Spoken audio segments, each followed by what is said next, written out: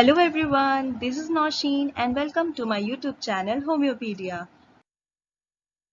So in today's video, we will study about what is palliation and suppression in homeopathy, which is also an important topic for exam point of view. So without wasting any time, let's get started. Palliation. The term palliation comes from a Greek word that means to hide the symptoms. तो palliation term Greek word से लिया गया है जिसका मतलब है to hide. किसको? symptoms को छुपा देना, disguise कर देना या mask कर देना palliation कहलाता है. Palliation can be defined as temporary relief of symptoms without doing anything for the cure. In palliation, the most annoying symptoms are relieved, the disease persists in its own place. तो palliation में हम क्या करते हैं कि जो most annoying symptoms होते हैं पेशेंट के उसे हम थोड़ी देर के लिए शांत कर देते हैं. ठीक है, उसके सिम्टम्स को हम छुपा देते हैं ताकि पेशेंट को थोड़ी देर के लिए आराम मिल जाए. बट यहाँ पर हमने क्योर नहीं किया, यहाँ पर हम डिजीज के कॉज तक भी नहीं पहुंचे, ना ही हमने परमानेंट रेस्टोरेशन किया हेल्थ का. हमने बस उस सिम्टम्स को थोड़ी देर के लिए छुपा दिया. तो इस तरीके के जब हम ट्रीटमेंट देंगे तो ये कैसे पता चलेगा कि वो एक पैलिएटिव ट्रीटमेंट है. So palliation happens when you give a treatment, the clinical symptoms go and the patient generally feels much better. If the patient feels better but when you withdraw the treatment then symptoms return, then you are only palliating. The underlying problem has not been addressed. तो जब आप treatment दोगे तो उसके जो clinical symptoms है वो तो चले जाएंगे और पेशेंट को आराम भी मिल जाएगा. बट जब आप अपना ये ट्रीटमेंट विथड्रॉ करोगे तो उसके जो सिम्टम्स है वो वापस से रिटर्न होंगे. तो ये क्या सिग्निफाई कर रहा है कि आप जो ट्रीटमेंट दे रहे हैं वो एक पैलिएटिव ट्रीटमेंट है. अभी भी डिजीज उसके बॉडी के अंदर है, अभी भी आप कॉज तक नहीं पहुंचे हो डिजीज के और आपने क्योर नहीं किया है. इस तरीके के जो ट्रीटमेंट होते हैं वो मोस्टली एलोपैथ्स करते हैं. तो हम ये होम्योपैथी में क्यों पढ़ रहे हैं? बिकॉज एक्सेप्शंस हर जगह होते हैं. कुछ कुछ कंडीशन ऐसी होती है होम्योपैथी में कि हमें पैलिएटिव ट्रीटमेंट देने की जरूरत पड़ जाती है. तो आगे हम सीखेंगे कि किन कंडीशंस में होम्योपैथ्स पैलिएटिव ट्रीटमेंट देते हैं. When to palliate a person in homeopathy? In incurable cases with gross tissue damage, where deep-acting constitutional remedies cannot be used and where permanent cure is not possible, only palliative homeopathic remedies are recommended. तो ऐसे cases जो incurable होते हैं, जहाँ पे tissue का बहुत ज़्यादा डैमेज हो चुका होता है, constitutional remedies भी हम नहीं यूज़ कर सकते और permanent cure भी possible नहीं होता, वहाँ पर हम homeopathic palliative remedies patient को दे सकते हैं. The best palliative in the incurable condition is the Simulimum remedy. तो जो best palliative होता है ऐसे incurable condition का वो Simulimum remedies होती हैं. H. A. Roberts says the basis of cure is fundamental of similia.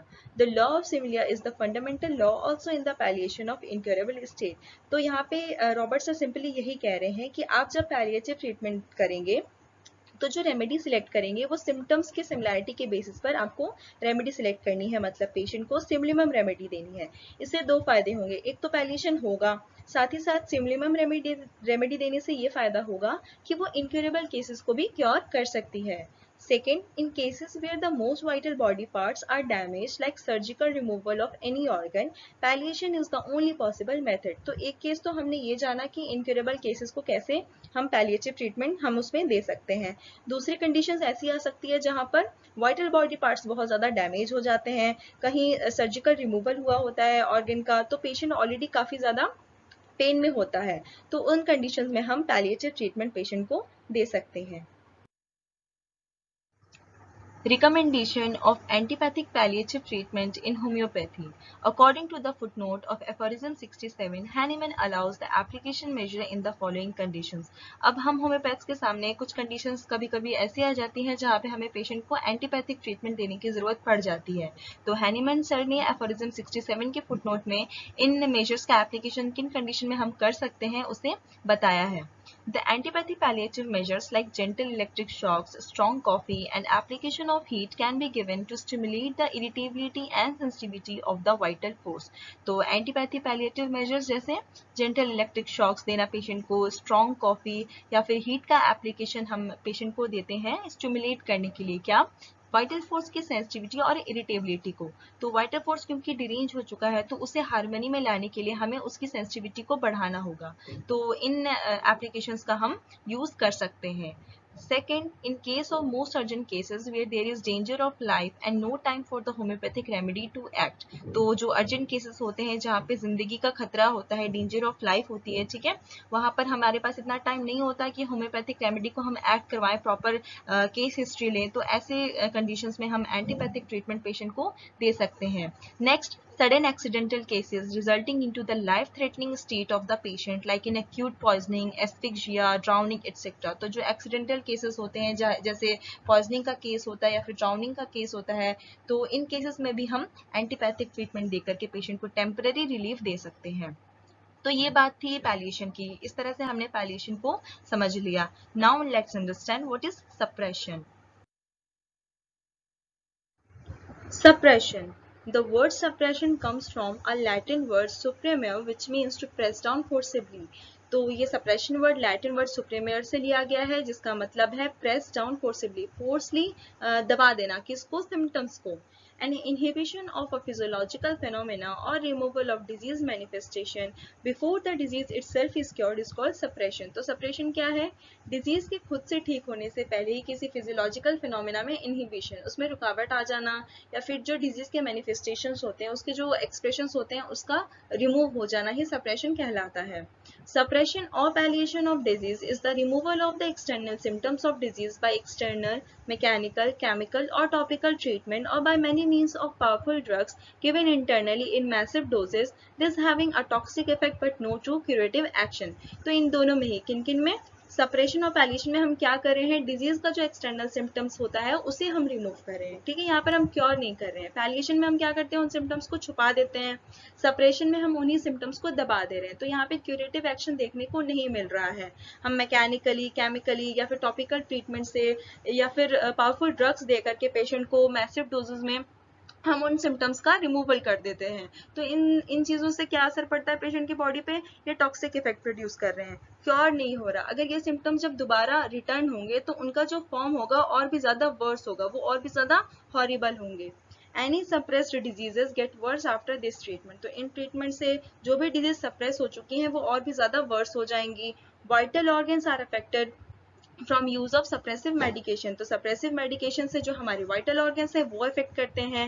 Removal of skin symptoms will not cure by means of surgery और टॉपिकल ऑइंटमेंट. ठीक है, तो स्किन सिम्टम्स का removal ही cure नहीं है. Surgery कर देने से या फिर टॉपिकल ऑइंटमेंट दे देने से आप सिम्टम्स को क्या कर रहे हो, सिर्फ दबा रहे हो, क्योर नहीं कर रहे हो. ये सिम्टम्स जब वापस लौटेंगे तो उनका जो फॉर्म होगा वो और भी ज्यादा हॉरिबल होगा. After the skin symptoms has been suppressed its new symptoms will appear in another form. ठीक है, यहाँ पे सिंपली यही कह रहे हैं, जब ये सिम्टम्स आपने जो अभी दबा दिए हैं, ये जब वापस लौटेंगे, ये वापस जब रिटर्न होंगे तो ये अलग ही फॉर्म में होंगे.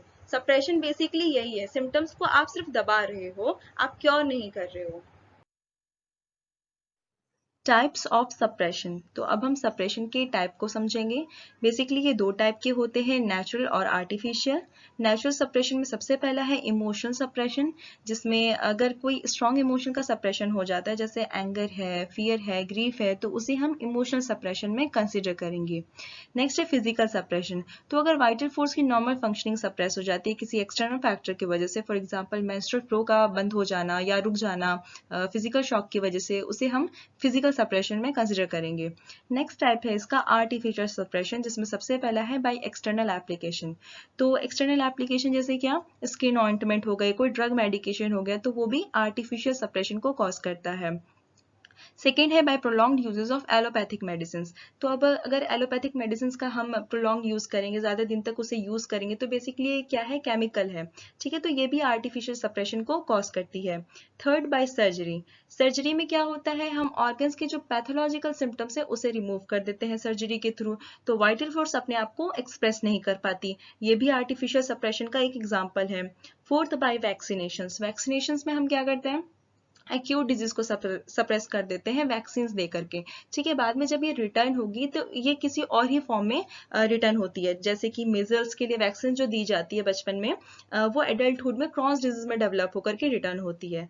ठीक है, ये भी आर्टिफिशियल सप्रेशन का एक एग्जाम्पल है. And the last is suppression of natural secretions of the body. तो अगर बॉडी के जो नेचुरल सिक्रेशंस है वही सप्रेस हो गए, जैसे स्वेट है, मेंस्ट्रुअल फ्लो है, तो ये सब क्या है, ये मेटाबॉलिक एंड प्रोडक्ट है, ठीक है। तो बॉडी अब इन्हें कहीं और से निकालने की कोशिश करेगी जो पेशेंट के लिए और भी ज्यादा पेनफुल होगा, और भी ज्यादा वो प्रॉब्लमैटिक होगा।